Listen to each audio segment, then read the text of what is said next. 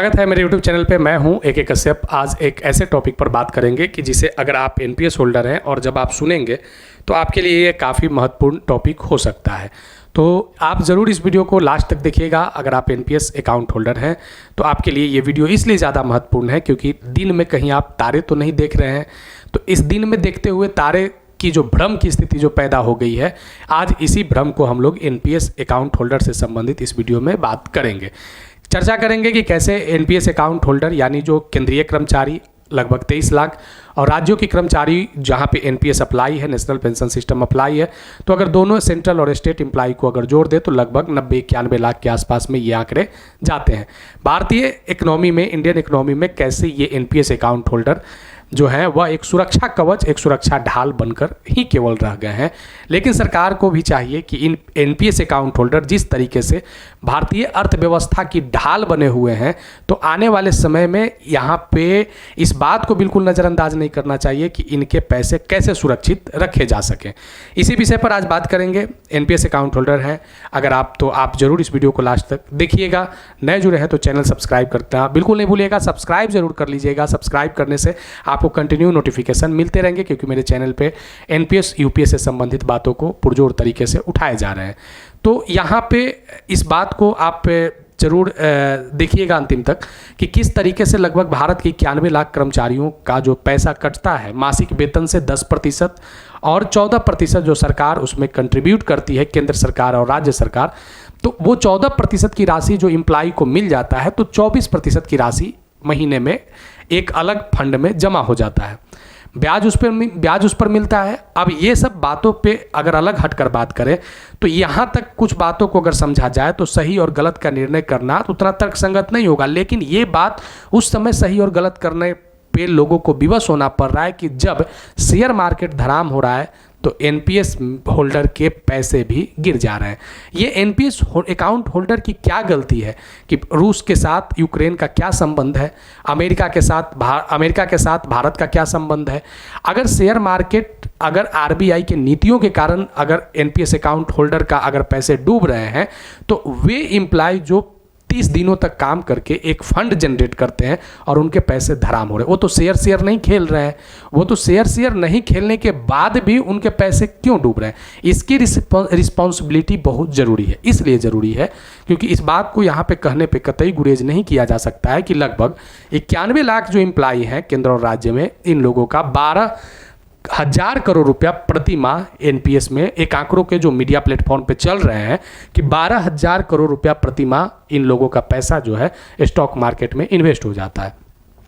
अगर ये मार्केट में, स्टॉक मार्केट में अगर ये पैसा इन्वेस्ट हो रहा है तो यानी कह सकते हैं कि जिस तरीके से विगत आप देख सकते हैं कि अक्टूबर 2024 से लेकर फरवरी 2025 तक जो खस्ता हाल रहा शेयर मार्केट का, उस शेयर मार्केट में इस NPS अकाउंट होल्डर का ही जो इन्वेस्ट किया हुआ पैसा है वह देश की अर्थव्यवस्था के लिए रीढ़ बना है।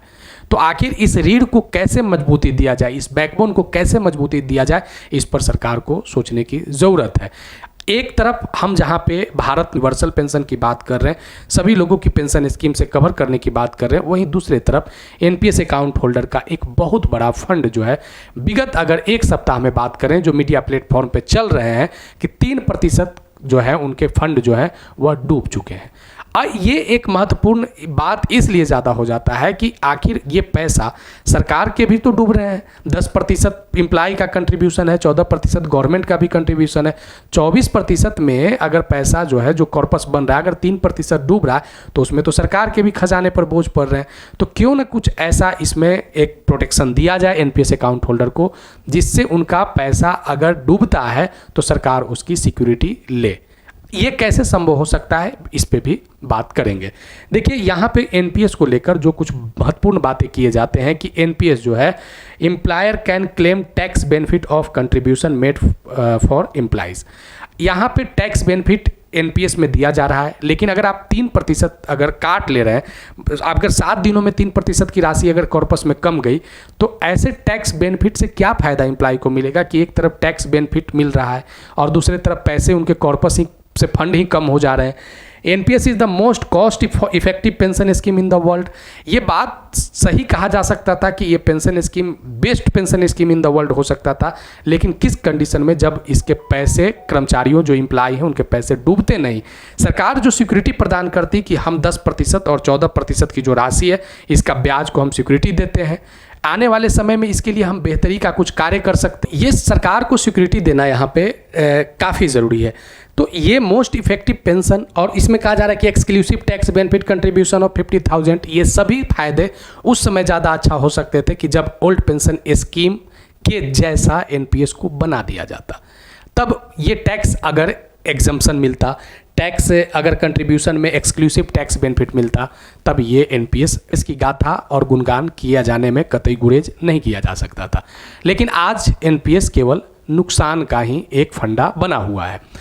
देखिए, ये बातें उस समय ज़्यादा महत्वपूर्ण है कि अगर आप दिन में तारे दिखाने की ख्वाहिश दिखाया जाता है कि एनपीएस में इतना बड़ा फंड हो जाएगा, इतना बड़ा कॉर्पस हो जाएगा, ये बिल्कुल एकदम दिन में तारे देखने जैसा है कि आप एनपीएस में पैसा जमा करते करते करते करते एक बहुत बड़ा कॉर्पस आपने बना लिया, और पता चला कि जब आपने सुबह उठा तो देखा कि शेयर मार्केट कंटिन्यू धराम चल रहे हैं और आपका पैसा भी बिल्कुल उसी कंडीशन में धराम हो गया जैसे पहाड़ पर से जंप मार देना है। तो ये सभी जो बातें हैं दिन में तारे देखना, पहाड़ पर से गिरने जैसे बातें, जो आपके एनपीएस पैसे, जो आपके एनपीएस में जो कंट्रीब्यूट किया हुआ पैसा है उसके साथ ये बातें फिट बैठ रहे हैं। इस विषय को हम इसलिए उठा रहे हैं क्योंकि जो आप विगत 7 दिनों में देखेंगे तो आपके एनपीएस के पैसे 3 जगह इस फंड में जाते हैं। इसमें आपको सबसे पहले इसमें देखेंगे कि यूटीआई, एलआईसी और एसबीआई, यूटीआई, एलआईसी और एसबीआई, ये 3 जगह आपके पैसे का कंट्रीब्यूशन 33% के रेशियो से यहाँ पे कंट्रीब्यूट होता है। अगर ये सब में अगर कंट्रीब्यूट हो रहे हैं पैसे और शेयर मार्केट में ये पैसे धराम हो रहे हैं तो इनके यूनिट प्राइस कम हो जा रहे हैं। यूनिट प्राइस कम हो रहे हैं कैसे, देखिए ज़रा कि एक आंकड़ा आया है सोशल मीडिया प्लेटफॉर्म पे, इस आंकड़ा को आप देख सकते हैं। तो यहाँ पे जो 7 दिनों के हिसाब से अगर आप देखेंगे तो यूटीआई का यूनिट वैल्यू घटकर 46 रुपया 54 पैसा से घटकर 45 रुपया 19 पैसा हो गया है। ठीक है। एलआईसी का यूनिट 45.73 रुपीज़ से 44.44 रुपया घटकर हो गया है। अब देखिए यहाँ पे कि एसबीआई का यूनिट वैल्यू 45.77 रुपया से घटकर 46.24, यहाँ पे थोड़ा सा वृद्धि देखा गया है। अगर बात करें कि अगर कंपनियों का मार्केट कैप की बात करें तो 31 जनवरी से 28 फरवरी के बीच में मार्केट कैप में काफ़ी कमी देखा गया है, जो इस विषय को आप शेयर मार्केट में धराम होने की स्थिति के कारण देख सकते हैं। लगभग 91 लाख एनपीएस कर्मियों का 3% कॉर्पस का डेफिसिट हुआ है, और ये 3% कॉर्पस का नुकसान आखिर इसका भरपाई कौन करेगा। इसका भरपाई से बचने के लिए सरकार को चाहिए कुछ महत्वपूर्ण यहाँ पे बातों पर निर्णय लेना कि जो अकाउंट एनपीएस है, एनपीएस के पैसे में सरकार के जो पैसे डूब रहे हैं इसे भी बचाना काफ़ी ज़्यादा ज़रूरी है। इसलिए एनपीएस का पैसा अकाउंट होल्डर के साथ डूब रहा है तो एनपीएस को जीपीएफ के तरफ कन्वर्ट करना काफ़ी ज़रूरी है। आखिर अलग अलग जो यूनियन संघ अलग अलग जो एम्प्लॉय यूनियन जो मांग कर रहे हैं पुरानी पेंशन योजना का, तो ये मांगे इसीलिए किए जा रहे हैं ताकि एनपीएस में जो एक आशाहीनता और जो दिन में तारे देखने जैसा जो ख्वाब है इससे बचा जाए और पुरानी पेंशन योजना यानी ओल्ड पेंशन स्कीम से एम्प्लॉय को कवर किया जाए ताकि उनका पैसा सुरक्षित रह सके। उनका पैसा जो उनका कंट्रीब्यूशन होता है, जो उनके जीपीएफ अकाउंट पे जमा होते हैं, वह पैसे जिस तरीके से प्रोटेक्ट रहते हैं, एनपीएस अकाउंट होल्डर की भी एक बहुत बड़ी मांग है। अलग अलग इस पर एम्प्लॉय यूनियन का भी मांग रहा है और कंटिन्यू सरकार पे इन लोगों का दबाव भी रहा है।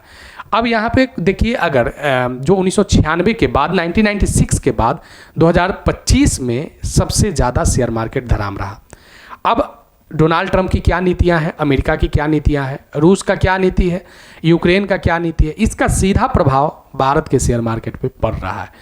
भारत के शेयर मार्केट पे प्रभाव पड़ने के कारण यहाँ पे पैसे डूब रहे हैं और आने वाले संभावनाओं के साथ कतई ऐतराज़ नहीं किया जा सकता है कि इन पैसों को कैसे सुरक्षित रखा जाए ताकि ये जो इम्प्लाई का जो पैसा है ये कम से कम डूबने से अब से बच सके। और जो डिडक्शन जो सरकार यहाँ पे जो और जो यहाँ पे पैसे शेयर मार्केट में डूबे हैं इसकी भी जिम्मेवारी तय किया जाए कि आखिर ये पैसे उन लोगों को कैसे प्रोटेक्ट किया जाएगा।